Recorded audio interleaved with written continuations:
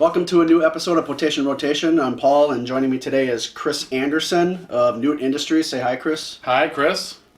Gosh, that's fantastic. There's only been my brother that doesn't get that one. Okay. Thought it was like a slapstick standard. It is exactly. And my brother failed, but everybody else passes the test. All right. So before we get into what today's video is going to be, you got to talk about what we're drinking. This is a whiskey screwdriver, of course, orange juice, and then the whiskey that's in here is Kinnikinnick whiskey, right here from Milwaukee. And what do you have, Chris? This is a Terrapin Up High IPA. It's a Citra hopped IPA from Athens, Georgia, with like kind of a surfer kind of a feel to the labeling here. It's kind of, I would say, like a bit of an orange flavored IPA and not as bitter as you'd expect. All right, so orange seems to be the theme, including this cap gun. So if you guys watched this this program, I had a video where Heather and I were testing out some dollar store toys, seeing if they were worth $1 or $2. In this case, this was like $2.50 to $3, somewhere around there. And I said it would have been worth the price if there was actual caps packed in with the goddamn thing, and there weren't. So I had to go online, and I guess this particular cap gun took a certain particular set of caps that I had to procure from a novelty store down south and had them ship here. It took like 2 weeks. But I got them.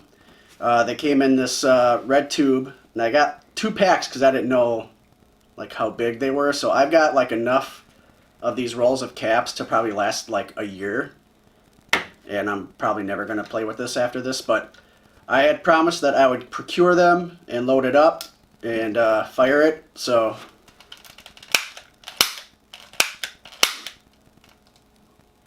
oh man, that brings back. It's like, oh my gosh. So it works. It's unfortunate I had to spend another $10 to get the caps shipped here, but. So would not buy again. I would not buy again unless it came with literally all they had to do was pack in. If I can get it out of here. Fuck. Not just montage that thing. Oh. There's like a lot of. Oh, there we go. See? It's everywhere. Yeah. Suddenly, it appeared in my hand. One. You think I'm gonna edit that? 1, 2, 3, 4. There's 5, and I've got like another 2 of these in the open package, and then I got another package. They're up there, and I got another package that I didn't even open. So, I was going. Oh yeah. So all they had to do really was put in 1, maybe 2 of these with the gun.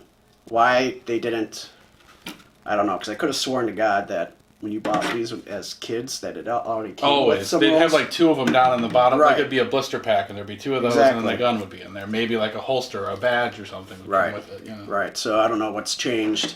I'm assuming that those rolls probably cost 4 cents to make and wouldn't be that hard to put in there. Right. Probably not. So who knows?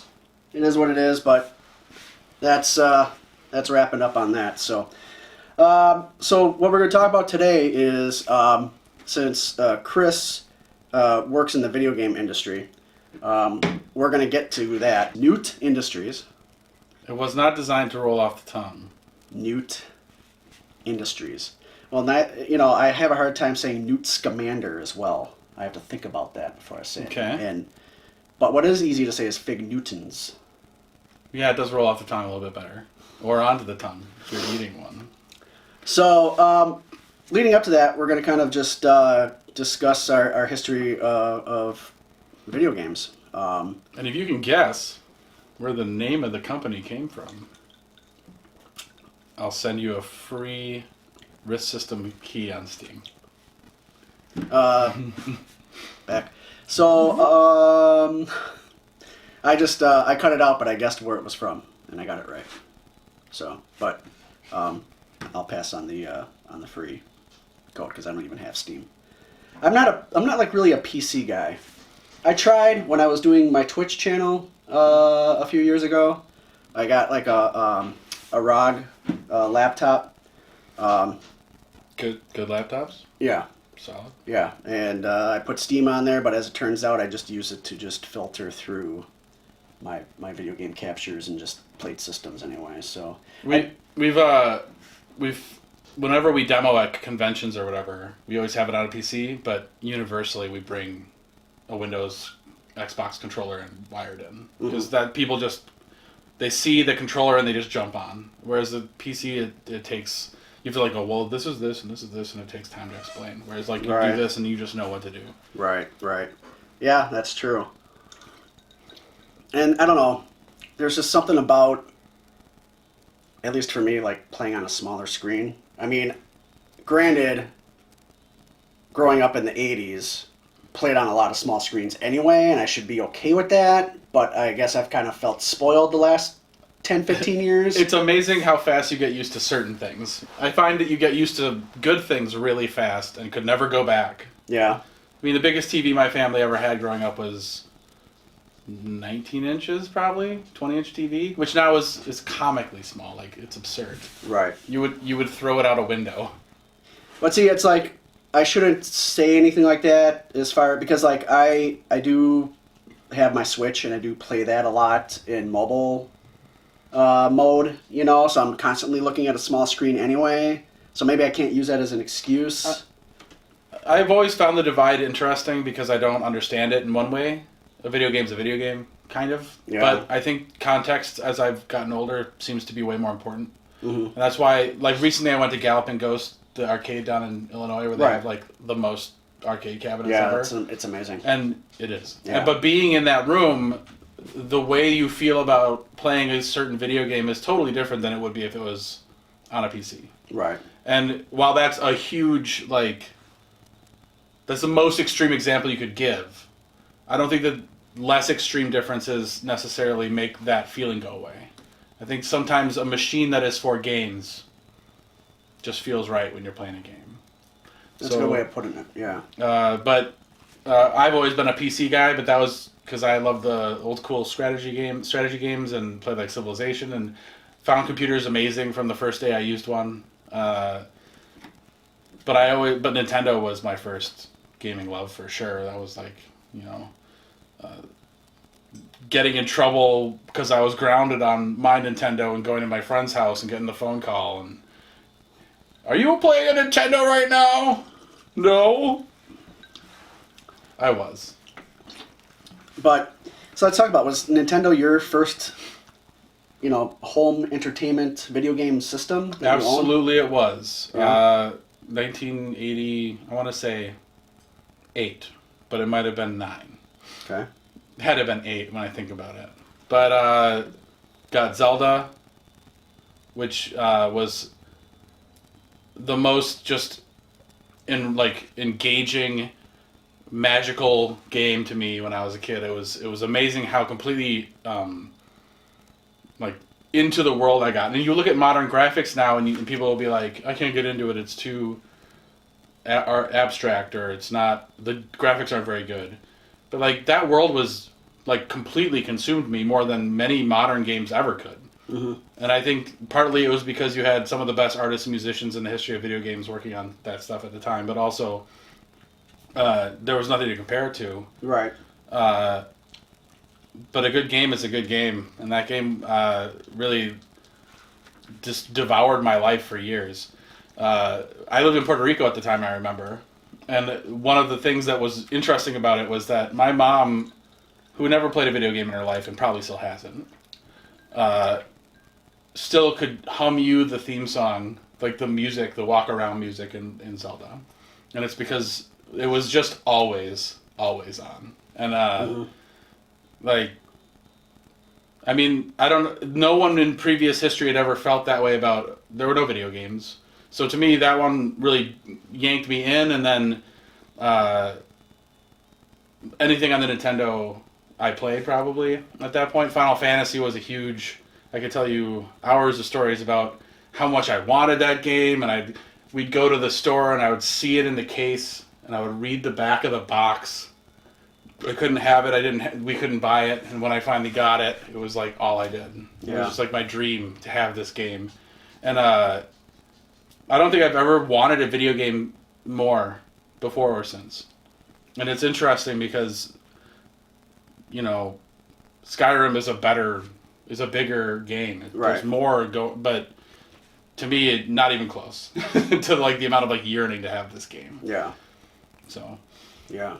My I had two systems actually. Before, if you want to call them that, they're more like computers. But I had before Nintendo, I had a Texas Instruments, and I had a Commodore 64.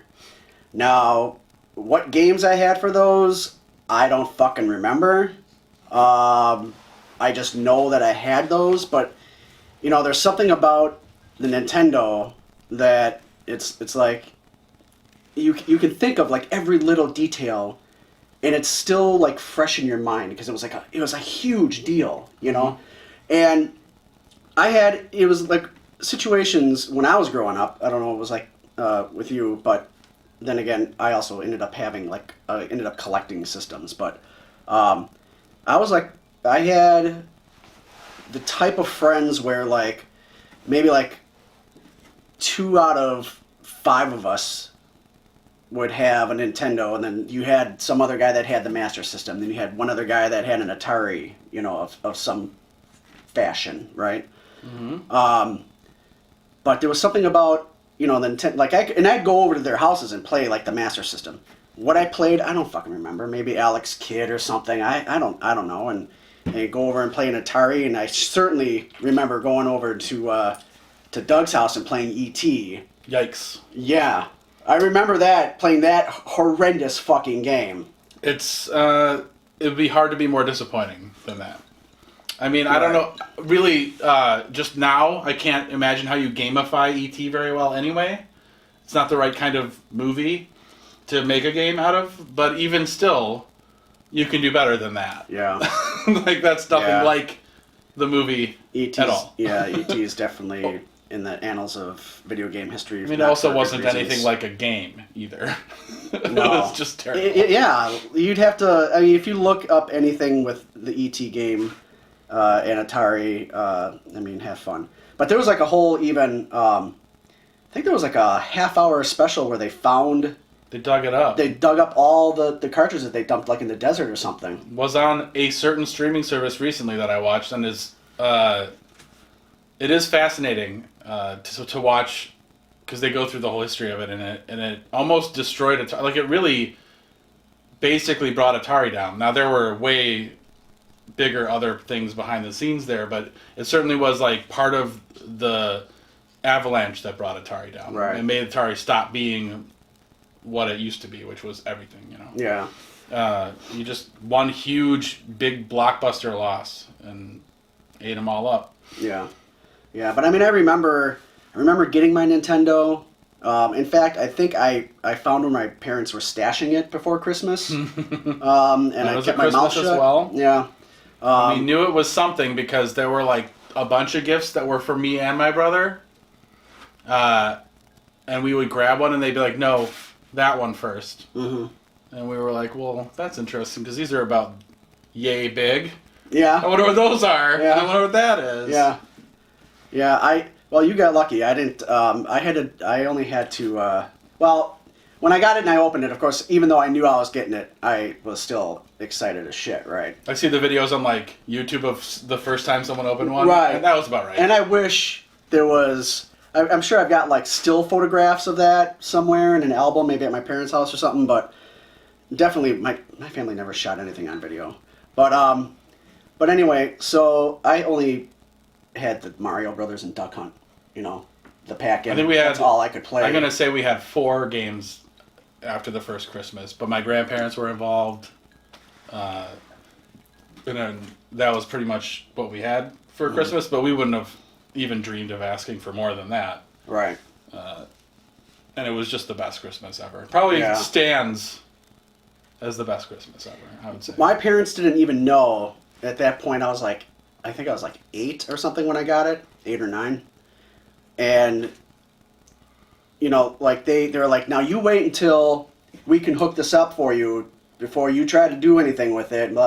And like, no, like the next day, I woke up, got out of bed, I ripped that box open, and I hooked. It was just screwing in the. It's not hard. No, it's not. It's not. And so when you really want it, it's not hard right, at all. Right. So, and I didn't read the instructions. It was just like, oh, I know where this goes because we have cable TV. Like, I know where this shit, so. My grandpa was the same way. He was always real finicky about his electronic devices in his house. His stereo, he didn't touch the TVs, and he's like, you let us set that up, but Right. We were like, well, you better do it now, because otherwise we're gonna go figure it out. But it's funny, ever since I was able to hook up my Nintendo, my parents had no problems asking me to hook up the VCR and set the clock and shit like that. I think that it's not unlikely that the major demarcation point between when people realized that kids know more about technology than adults was like those days. Right. When the kids opened the Nintendo and were like, oh no, we have this. We got it. Yeah. Where the parents would have been sitting there reading instructions and trying to figure it out. And kids were just, let's do it. Let's play. Go. Right. So I don't know about you, and you can fill me in. But so at that point, it was almost like I had to make friends at school. I had to like kind of get word through the grapevine of who owned a Nintendo, so that you can go to their house and play their games, or they can come to your house and play or then you can start trading. Mm-hmm. Because, as a kid, you don't have $50-$60, and you can't ask your parents to spend $50-$60. Because games were still like $50 back then. Right. Which is, like, they're still $50. But in 1988, they were that was a lot more money than it is now. Right. I think one of the biggest losses in modern gaming is that social aspect of it. And partly I mean arcades. Mm-hmm. And that feeling of being in that like smoke-filled quarter, pit where you went but you'd see the guy playing that game and so well, and you'd be like, oh, and you'd learn things from them, but also, and I tell my daughter this all the time, if I didn't know what to do next in Zelda, there was no internet. Right. There wasn't even really a book. There were your friends. There was rumors around the playground about like what the next thing to do was. And there'd also be like fake ones, like, well, if you go over here and stand here, this will happen. Or you can spend $2 a minute and call Nintendo helpline. You could do that too, Nintendo Power Hotline. Yeah. Which I never did because I knew my parents would maybe throw it away. They made it pretty clear that was not okay. But man, it was tempting. Yeah. But I think the trading of the games, you ever like lend a game to a friend to have him beat a part you couldn't beat? And like give the game back? Or... Well, I wouldn't... that, of course, that depended if it had a battery pack to save it. But for the most part, what I would do is I would bring the game over, and we would try to play it from start to finish. Like, I would play up to the part where I couldn't get it, and I'd be like, okay, here you go. Mm-hmm. Or maybe have them come over and do it. Yeah. I miss it in a way that I can't really like articulate, and I don't even know what about it was so great. Except that there was a mystery to the playing of video games then that you could never have now. Right. Like, I still to this day, though, refuse to buy a guidebook. If I get really stuck, I might look something up eventually. But I feel like you owe it to just the game and to yourself to just give it a shot. Right. Really put your effort into it. See if you can figure it out. That's the whole idea of a game, right? Right. So, I miss the game of telephone that it was to figure out how to get to the next part of a game. Like, where's level 4 in Zelda? Well, you have to do this, and you have to go up to the north and you have to make sure you have a raft, and you have to go up and get over to the platform, and then the platform will take you over. The difficult games seemed to vanish for quite a while. And I think even in hard games, they're arbitrarily hard a lot of the time, instead of teaching you to be better at the game. I think like the ideal situation is you figure out something bad's happening, and then you figure out a way to solve it. Right. And they give you time and kind of space to figure out the problem. I know in Zelda, if you went off to the left off the first map, you'd get into that infinite forest eventually, and the Lost Woods. And there was nothing said, hey, go left. You have to do some fancy thing. It was like and maybe you got out randomly, and you might have, and you go, how did I get out of there? But then you think, well, it must have been something. Mm-hmm. and you figure it out, and then you tell your friend, or you don't. Could be an asshole. Well, part of the fun to me is figuring it out. So Well, and the thing is, we talk about levels of difficulties in games. Like that's a lot of the reason why there's some people today that won't even play the old school stuff like the Nintendo and the Genesis, because those games are so much shorter that they had to be harder. So you got somebody in there playing something for the first time, and now, to be honest, there are some games that are just brutally unfair, like Ghosts and Goblins and shit like that, Contra and whatever. Yes. But games were shorter back then. So in order to get your money's worth, they made them harder so that you could be tested all those times that you're playing it to get through whatever difficulty. It was also, most games were about learning patterns. And if you couldn't learn a pattern, then you're fucked, I mean, which system is that? We made that game again with mixed results. But there certainly is something to be said for that type of game. Right. But at the same time, I think it also came from a world of quarters on the table. So you had sort of a system where you wanted to make sure they lost regularly, so you could keep getting the money in. Mm-hmm. A game that you beat in one try, you don't get a lot of quarters for. Right. But you can't make a game that's frustrating immediately either, because you don't get a lot of quarters for that either. It's got to be a game of steady, difficult progress. So you feel like you've attained something, you've achieved something, but it's rewarding enough that you keep putting quarters down. I can tell you that there's only 3 games that were arcade games that I ever beat pumping in quarters, and that was Teenage Mutant Ninja Turtles, The Simpsons, and X-Men. Those are the only 3 that I did from start to finish on quarters. No other arcade game I ever played, and I'm talking going all the way back to, well, I mean, you can't count stuff like Pac-Man and Q*bert and Donkey Kong, because they don't end, but any game that would have an ending, arcade game that had an ending going all the way back then, like, I never finished them. Those are 3 really good examples of a game that, although I think Ninja Turtles was edging on arbitrarily difficult at certain points, but great game still. But all 3 of those games were really good games, were an example of you made progress. Each level would teach you a new skill.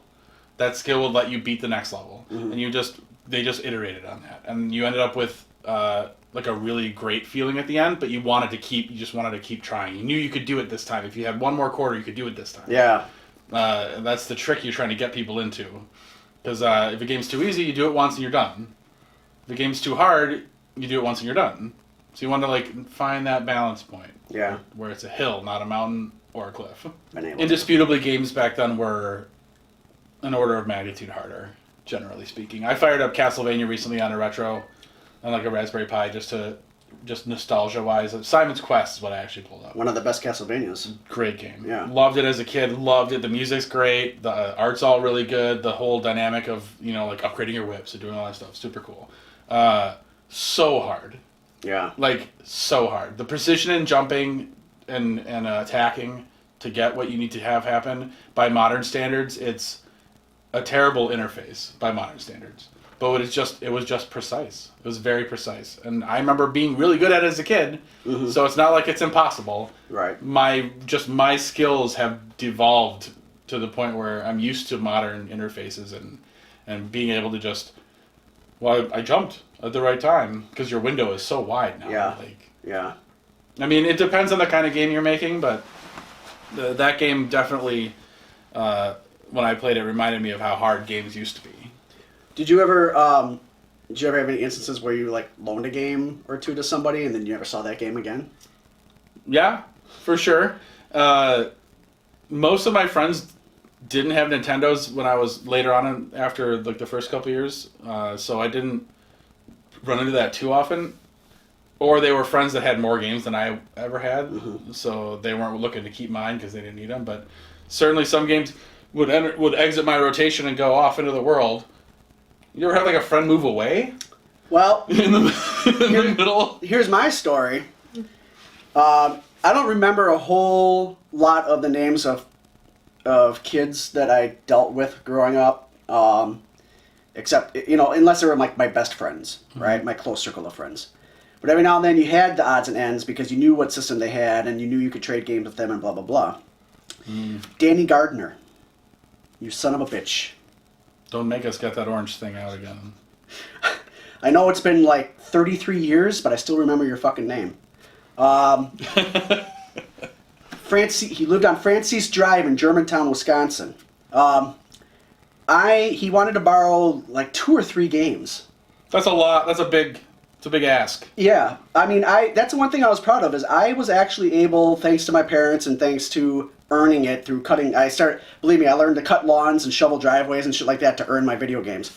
And so I had a nice little collection, for my age, and I loaned him like 2 or 3 games. And then after a couple weeks, I went to his apartment and I knocked on the door, and he answered. I'm like, "Can I get my games back?" He's like, "I don't know what you're talking about." I'm like, "You know what? I gave you like whatever games or whatever." He's like, "Yeah, I have no." So I'm like, "I want to talk to your mom, and of course then she like all backed him up or whatever or something like that. What's wrong with kids today? And he fucking moved. And then he fucking moved. Well, what are you gonna do?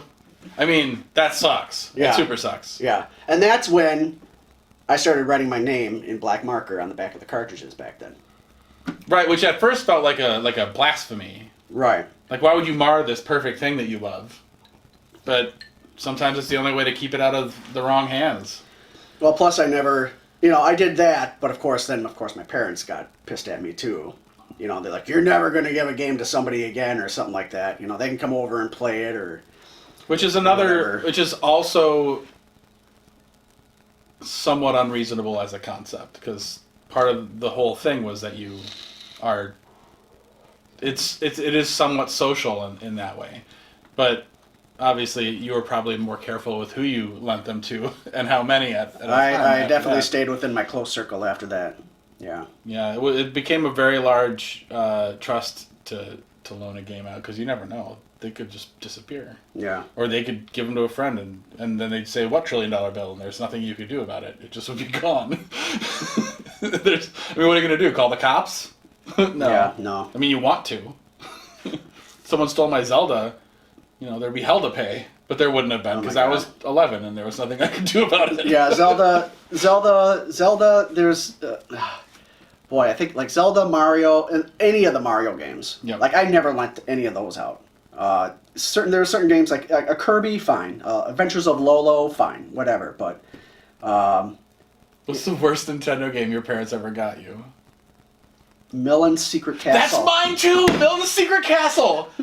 Worst game It is such a fucking terrible game. I remember as a kid being like, God. Do I suck at this? And it turns out... I'm getting chills just knowing that everybody sucks at it. It's a bad game. No, it's just a bad game. Just a bad game. And later on I looked it up and I've now researched and it is universally accepted as one of the worst games. Yeah. But at the time, you don't know. There's no context. You're just like, do I not get something about this game? I'm going to throw this in here now, because it's good. It's funny that you have the same one, because that's... my brother Keith's podcast, the Main Quest podcast, when he gets to Nintendo, he's going to play that. And I don't think he fucking has any idea what he's in for, because I don't think he remembers it very well at all. He's going to break a controller and have... There's no way he's going to finish Millen's Secret Castle. I don't know that you even can. To be honest. I mean, it's from memory. That game seemed impossible, first of all. But even aside from that, like, the mechanic was, you made bubbles. Yep. And you used them to help you jump, I think, or something like that. But this is from memory, not prepared. It just happened to be the game that came up. And it felt fully impossible. Right. And I remember just hating it. And one of the things that was funny about that was my parents had got me this expensive thing. And I almost felt like bad hating it. Like, they'd be like, "Oh, how's that new game?" Mm-hmm. Hate it. Yeah, I remember getting it from back when Kohl's department stores had video game sections. And that's where I got it from. And brought it home. It's okay to belch, too. We do a belch count on this show. Cool. So... I'll stop keeping them in. Let them out. I remember playing it, and I was very underwhelmed. I remember trying my goddamn hardest. And you had the bubbles. You had I know that like music was heavily involved with music notes, heart blocks or something like that you had to deal with, breaking walls down to find. Like if you didn't know where to break a wall with a bubble, you weren't going to leave. Yeah, you'd that hit a bubble area. and there'd be like a weird it would like retract down. Yeah. Or something. Yeah. So I was just like, I'm going to take this to a friend's house, I think, and see what they can do with it. And so I would take it to a friend's house and be like, oh my god, dude, I got Milan's Secret Castle. Never heard of it. Oh, it's really great. You should put it in right now and play it, And it was more or less like, I really wanted to see how far they could get. And if they were getting frustrated with it, I would be like, why don't you just hold on to it for a while and just play it, go ahead. Figure it out. And I never cared to get it back. Oh no, I think I did care. end up trading it up to someone. Oh, I did too. In a relatively underhanded way, I think. Oh, underhanded, huh? Well, I mean, I think I traded it and was like, it's great for this other game. Like, well, I beat this anyway. Who cares? I'm like, well, that game's better than this game. Yeah, for sure.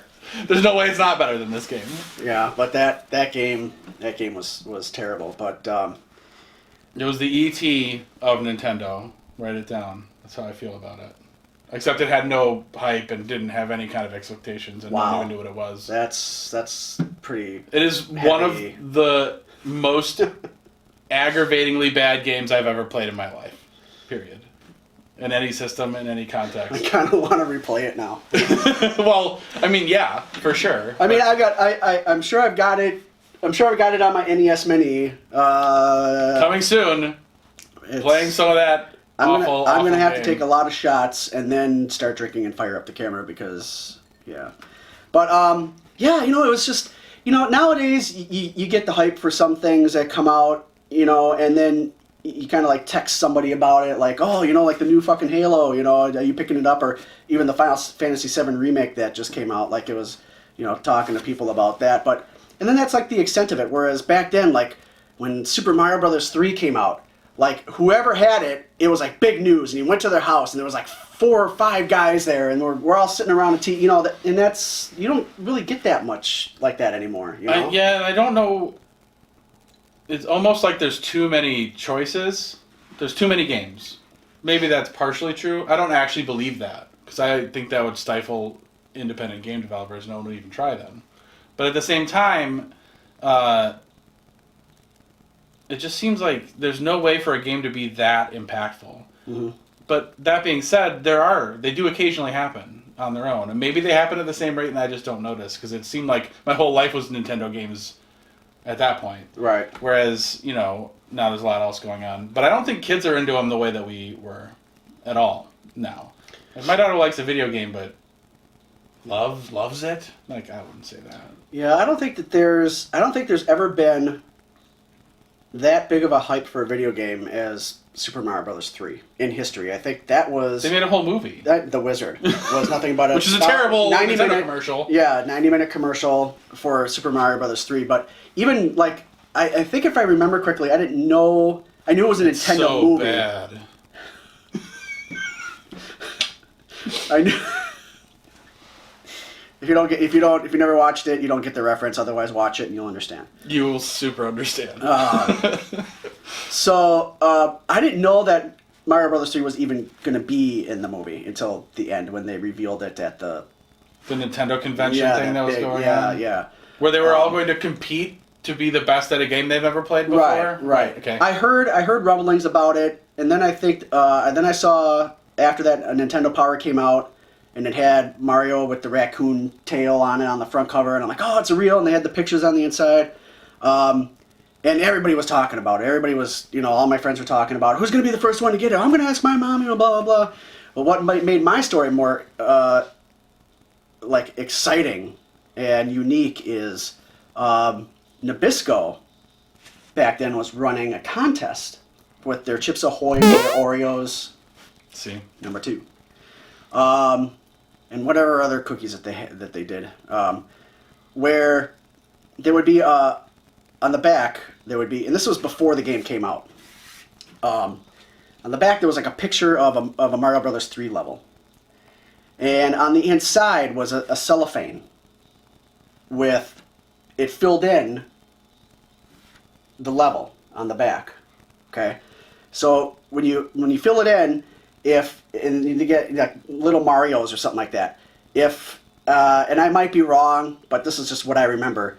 If your Mario, like when you put it up there, like hits the end of the level or something like that, Then you won a copy of Mario Brothers 3. Sweet. And interesting. And so, my parents bought junk food. They probably still do. And, and Oreo cookies and Chips Ahoy or whatever, like, we got those all the time anyway. So it was kind of like a bonus that I got to, like, but I never won anything before, right? And so one day I opened it up, pulled the cellophane out, and I matched it up to the back, and I fucking won a copy of the game. That is an exciting way to get that game. So, I called my friends back then, when you knew phone numbers off the top of your head and you had to, like, dial it. Yeah. And I'm like, oh my God, I just won, a copy of Mario Bros. 3. And they're like, how'd you do that? I'm like, the cookies, and blah, blah, blah. And they're like, oh, bring it over, let me see. I'm like, no, this ain't leaving my house. This ain't leaving my house, I know that trick. This is going in the mail. My parents are mailing it. This ain't leaving my house, And then I remember my dad picking me up from school a short time later. And at this point, I think the game had just come out. Because I don't think they were going to give out copies before it came out. No, probably not. So it was after the game came out that they shipped the games to the winners. And I remember my dad picking me up from school and sitting in the car, and he's like, hey, I got something for you. Oh. And he reached down between the seat and he pulled it out. And I was just like, oh. Do you remember the packaging of a Nintendo game too? Just the feel of it, the box, yep. You'd open it up, you could feel, depending on the game, the weight of the little book or the big book in the back. And you come out and have that sleeve on it. You could just the sound of the sleeve coming off. Mm-hmm. Yeah. You just can't get that anymore. No, you can't. It's a shame. It's a shame. So where do you go from there? So you had the Nintendo, and then we ended up being pretty much a Nintendo household. Mm-hmm. So Nintendo was awesome. Super Nintendo started to be in the wind. You start hearing about it. Nintendo Power would have, these are the things that are coming. So that was the next system we got, and remains one of my, just in terms of games that I loved, one of my top consoles. Just a great console. So many good games around there. I think that's a lot of. I've heard that that or maybe like a Dreamcast, some people will say, or Genesis even. But for me, it was that was the one I had. I had a friend that had a Genesis, and there were a lot of great games there too, for sure. And that time period, I think, is, for me, the golden age of all video games for me. Like, my favorite games ever are all in that period. I was so into them. I had the time to play them. Technology was moving really quickly, and so totally new concepts and games were coming out. So games like Final Fantasy 3/6 or any of the Marios for that system just were mind-blowingly good. And I love them to this day. I still love them. I try to get my daughter to play Final Fantasy 3/6, and she's like, "Well, I don't get it." I'm like, "Okay, I don't know how to explain it then," because this is obviously awesome. So yeah. I was the person at that point, because I was kind of proud of my collection, sans 2 or 3 games that Danny Gardner ended up with of Nintendo games. That, like, when the Super Nintendo, well, I ended up having a Genesis as well. And then I had a TurboGrafx 16. I was, like, the only person, like, I knew nobody that had a TurboGrafx 16. I never knew anyone that had one directly. I knew of them, but I didn't have close friends that had them. Yeah, so I had those, and then I kind of got bored with the TurboGrafx, and it kind of sat for a while, and then, like, Sega came up with their 32X and their Sega CD, and the TurboGrafx went away. And I used that trade-in with some cash for the 32. I rarely, after that, bought a lot of things new. A lot of things were used. But as far as what systems I had all together, what ended up happening is when, like, a Nintendo or a Sega, which back then were, like, the only two for the most part, when they came out with a new system, I traded in the old one. I looked at it as an upgrade instead of me collecting them, which I regret to this day. But I was a kid. I had no other way of, and I didn't want to have to, bother my parents for buying that system and all those games and that peripheral, and you know what I'm saying? And it was a lot harder, I think, back then to have like 4 things hooked up to the same TV. Right. It wasn't like it is now, where you can just switch inputs or whatever. Right. There was wiring involved. You had maybe 2 at most, and then if you wanted to plug in a third, you'd have to switch it out when you wanted to play it, you know. But you know, it got to the point with me where I had everything that came out. I had it. I even had a Neo Geo for like a month. Also a rare have. Yeah, Not something you and saw that was.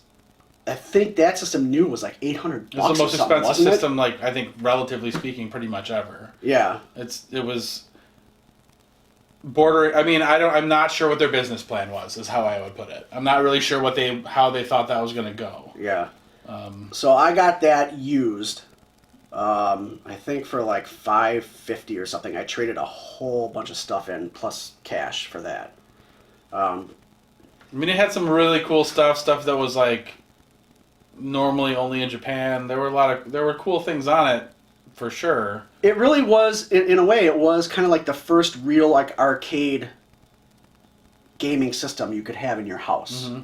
You know, Genesis did ports, Nintendo did some crappy ports. Nintendo's always been a first party game. Yeah, system. yeah. So you had other systems that did ports, but as far as, you know, bringing your King of Fighters, you know, fighting games or whatever, that's what I was into at the time when I would go to an arcade. And when I say arcade, by that time the only thing that was left was like in a bowling alley. Like you didn't really have a lot of standalone arcades. It'd be the back side then. of some other thing. Right. And it didn't seem like Neo Geo was gonna do anything but fighters and puzzles and metal slugs. So Metal Slug is actually a huge inspiration for the art style of Risk System. It turns out, very large inspiration for it. Metal Slug's awesome. It's a game that you wish it had been other places because it was so good but so hard to play. Yeah. For most people. Yeah. Not so hard now. You can do it now, but. Yeah, there's like 8 or 9 of them now, I think, or something, isn't there? There's a lot of Metal Slugs, but and I want to say, if I remember correctly, I think I really enjoyed the third one the most. I don't know if that's universally accepted. I don't know what one is like the highest rated, but it seems like 3s are always good. Like technically, A Link to the Past was the third Zelda, and that's like everybody's favorite. Mario Brothers 3. I liked Metal Slug 3. Final Fantasy 3 was my favorite Final Fantasy, which was 6, globally, but 3 to me. Yeah. I think you find a sweet spot sometimes with, like, you get your mechanics right where you want them, and then there's, like, every Mario after 3 is variation on a theme. Right. But 3 really added whole concepts to the game. I'm not saying that newer ones haven't done something, but I don't think that leap is there after that. Like, No. Mario 3 was everything you need a Mario game to ever be. Right there. Right. And, you can do whatever you want, but you even see, like, in the modern systems, they bring new Mario games that are basically Mario 3 again. I mean, like, new, different things and better graphics and whatever, but... Like, Yeah. I mean, Galaxy is pretty interesting and new and different, but... Mario is Mario. And then platformers are platformers. So... Yeah. But yeah, it is interesting that 3s are so good, historically. So I'm trying to remember. I think when I gave back, when I traded back my Neo Geo, I think I went back and I got. That's when I obtained the next, not next generation, but the second smaller, slimmer Genesis. So I got my because that's one of the things I gave away was the Genesis 32X and the CD, and I got that. Basically, I got that back. I got all that stuff back, but by then there was like a second Genesis, smaller Genesis that came out with a CD peripheral that went on the side instead of underneath it. Mm-hmm. And then I kind of started collecting my Genesis games again, and I should have learned from my mistake because still then, like, when the Saturn came out, I got rid of all that Genesis shit again, and that's, I mean, those you start to sting a lot with those Genesis games because there's some really good and now kind of hard to find cartridges that work for that system.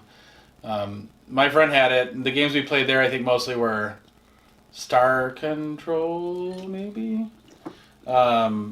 Mutant League Football was probably the game we played the very most on that Sega.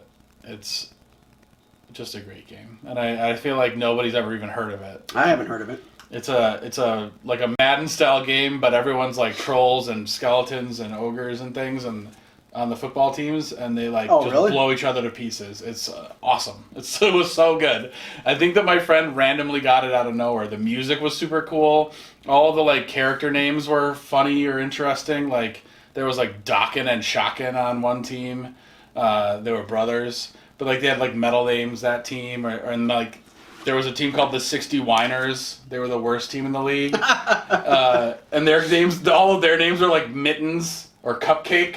It was just like it was so good, and no one's heard of it. It was funny because we played that like crazy. It's actually where I learned most of my football video game skills was on that game, learning about plays and setting things up, because that was the game I played the most for sure. I definitely never played any football games, which is probably why I never even heard of that. So It is the most interesting of all football games because it is unlike any other that I've ever played. Yeah, that was a good time. A lot of time in Jeff's basement playing that one. good old Jeff.